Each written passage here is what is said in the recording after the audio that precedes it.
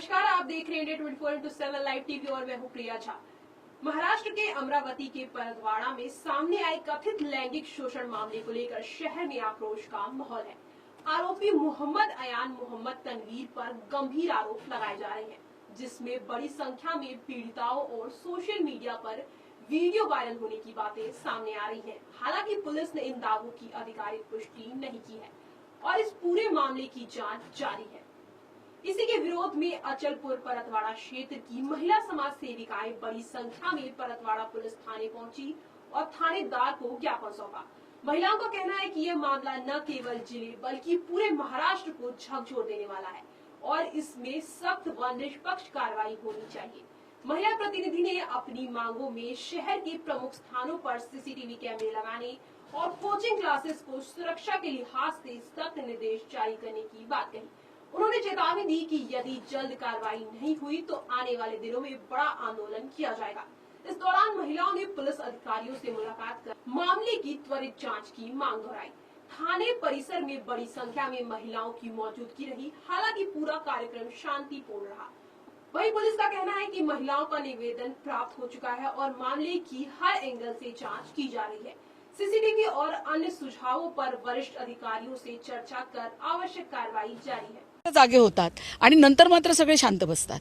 मग याच्यावर उपाययोजना म्हणून सातत्याने काय होतं, महानगरपालिकेची जबाबदारी आहे। मग सीसीटीव्ही कॅमेरे बंद आहे, तुम्ही गस्त घालता, तुम्हाला निर्जन जागा लक्षात येतात, जिथे धोके आहेत अशा जागा तुम्हाला लक्षात येतात, मग तुम्ही किती पत्र दिले महानगरपालिकेला? त्यांच्याकडे नाही म्हणून उत्तर आहे, त्यांनी पत्र दिलेलं नाही। बेसिकलाच तुम्ही हात घालत नाही आणि नंतर सगळ्या कारवाई करताना काय अर्थ आहे? लाखो रुपये कोटी रुपये सगळ्या बजेटवर खर्च होतात, मग कॅमेरे बंद कसे पडतात, स्ट्रीट लाईट बंद कसे पडतात? जिथे ट्युशन्स घेतल्या जाते आम्ही आता त्यांना उपाययोजना दिल्या। आम्ही सगळ्या महिलांनी आम्ही फक्त नुसतं तक्रारी करण्यावर थांबलेलो नाही, तर त्याच्यावर उपाययोजना म्हणून आम्ही त्या लोकांना सांगितलं की जिथे क्लासेस चालतात त्या ठिकाणी मुलं फी देतात, आई वडील कष्ट करून फी देतात आणि मुली जर अशा पद्धतीने तिथे जाऊन जर वेगळे धंदे करत असेल तर त्या पाल्यांना माहीत नसते। म्हणून त्या क्लासमध्ये गेल्यानंतर त्याचा थंब घेतला पाहिजे, त्याचं सर्क्युलर काढलं पाहिजे आणि ते पत्र तिच्या आईला वडिलांना घरी पाठवलं पाहिजे की 2 तास आमच्या क्लासमध्ये तुमची मुलगी आहे, इतके वाजता क्लास सुरू होते, इतके वाजता क्लास संपतो, याच्यानंतर जबाबदारी तुमची आहे। फक्त पोलीस डिपार्टमेंट, सामाजिक संस्था, संघटना, पक्ष यांनी फक्त हे सगळं करून चालणार नाही। त्याच्यामध्ये सगळ्यांना, आई वडिलांसहित, भावांसहित सगळ्यांना, युवकांना, महिलांना सगळ्यांना याच्यामध्ये समाविष्ट व्हावं लागेल। सगळ्यांना ही जबाबदारी स्वीकारावी लागेल। काय हिम्मत आहे एका माणसाची? 350। मैं रहमानिया हाई स्कूल की प्रिंसिपल चांद फातिमा। ये जो भी प्रकरण हुआ ये किसी जात धर्म का नहीं है, ये लड़कियों के साथ सभी जो बच्ची है उनका प्रकरण है और मेरा एक ही है कि भाई जो भी गुनहगार जो भी हो वो उसको सख्त से सख्त सज़ा दी जाए, जितनी सख्त दे सकता, ताकि समाज में ये मैसेज जाए कि अगर हम ये गलत काम करेंगे तो ये सज़ाएं मिलती, तो दूसरे जो आने वाले बच्चे हैं जो गलतियां कर रहे हैं वो वहाँ रुक जाए या ख़त्म हो जाए। बस मेरा इतना ही बोलना है। घृणास्पद असं एक प्रकरण उघडकीस आलेलं आहे आणि सातत्याने 3-4 दिवस झाले मीडियावर हे सगळं फिरत आहे। संपूर्ण देशासमोर आणि संपूर्ण सोशल मीडियाच्या माध्यमातून सगळीकडे गेलेलं आहे।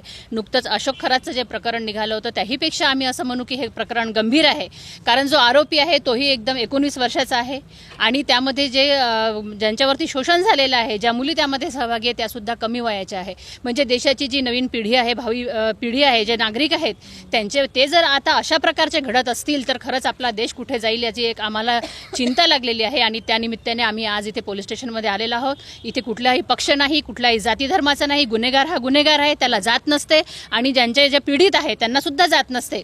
एक पुरुष आणि महिला ह्या 2च जाती आहे आणि म्हणून आज आम्ही इथे रस्त्यावर उतरलेलो आहोत। सर्वच स्तरातील महिला आहेत, अनेक पक्ष असतील, अनेक संघटना असतील, आज फक्त महिला जात म्हणून आम्ही इथे आज आलेलो आहोत। आणि आता यामध्ये ज्या प्रशासनाच्या ज्या सोयी इथे कमी पडत आहे, जे त्यांचं शासन आणि सुव्यवस्थेचं जे काही आम्हाला इथे कमतरता जाणवत आहे त्या ठिकाणी आता आम्ही पोहोचणार आहे। ते कुठलेही कार्यालय असो, नगर परिषद असो, तहसील ऑफिस असो किंवा आणखी कुठलं SP ऑफिस असो, आम्ही प्रत्येक ठिकाणी जाणार आहे। ज्यांची जी जबाबदारी आहे त्यांच्या लक्षात आणून देणार आहे या निमित्ताने। आणि त्यांच्याजवळ काही कमी असेल म्हणजे जिथे शासन कमी तिथे आम्ही आता इथून आम्ही असंच बोलणार आहोत प्रत्येक ठिकाणी। जर तुम्हाला तुमचं काही मॅनपॉवर कमी असेल तर आमचा घ्या। आम्ही सामाजिक क्षेत्रामध्ये काम करतो, ह्या ज्या महिला आहेत आम्ही घर सोडून बाहेर जे काम करतो, समाजात वावरतो, त्यामुळे आमची सुद्धा जबाबदारी वाढलेली आहे या निमित्ताने। आणि म्हणूनच आज आम्ही शासनाला सुद्धा एक विश्वास देऊ इच्छितो की तुम्हाला जिथे वाटेल तिथे आमचं सहकार्य घ्या, आम्ही तयार आहोत. आणि आज जे काही नगरसेवक निवडून दिलेले असतील, जेही नगराध्यक्ष असतील, लोकप्रतिनिधी असतील, त्यांची ही जबाबदारी आहे की आपण आपल्या तरी कार्यक्षेत्रामधला आपला जर प्रभाग असेल त्या प्रभागामधल्या काय सोयी सुविधा आहे, कुठे कमी आहे, कुठे कॅमेरे कमी आहे आणि या मुलींच्या दृष्टीने काय काय सोयी करता येईल याचा सुद्धा गांभीर्याने त्यांनीही विचार करायला पाहिजे. शहरामध्ये नगर अध्यक्ष पण महिला आहे. महिला असू द्या, पुरुष असू द्या, याला काहीच हे नाही आहे. सगळ्यांची जबाबदारी आहे. तुम्हाला आम्ही निवडून दिलेलं आहे, तुम्हाला आम्ही त्या खुर्चीवर बसवलेलं आहे, तर तुमची जबाबदारी आहे की तुम्ही आमच्या याच्यामध्ये शासन आणि सुव्यवस्थेचं नियोजन व्यवस्थित पद्धतीने करायला पाहिजे आणि त्यासाठी आम्ही तुम्हाला सहकार्य करणार, नक्कीच करणार. आणि या निमित्ताने आम्ही सर्व महिलांकडून आज म्हणजे एक चीड निर्माण झालेली आहे की आपल्याला कुठेतरी हे बदलायचं आहे. यामध्ये मीडियाचा सुद्धा आम्हाला सहभाग आवश्यक आहे. ज्या गोष्टी आहेत त्या बाहेर दाखवा. कुठे शहरामध्ये काय कमी असेल, काही कमतरता असेल, हे तुम्ही तुमच्या माध्यमातून बाहेर दाखवा. तिथे आम्ही पोहोचू, तुम्हाला आम्ही सुद्धा सहकार्य करू, तुमच्यावरही काही ऑब्जेक्शन येणार नाही. तर आपण अशा पद्धतीने सहकार्य करायचं आहे. आता आम्ही इथून नगर परिषद कार्यालयामध्ये जाणार आहोत, तिथे सीओची भेट घेणार आहोत. सीओ साहेबांसोबत मीटिंग ठरलेली आहे, तिथे सुद्धा आम्ही त्यांना हेच बोलणार आहोत. धन्यवाद.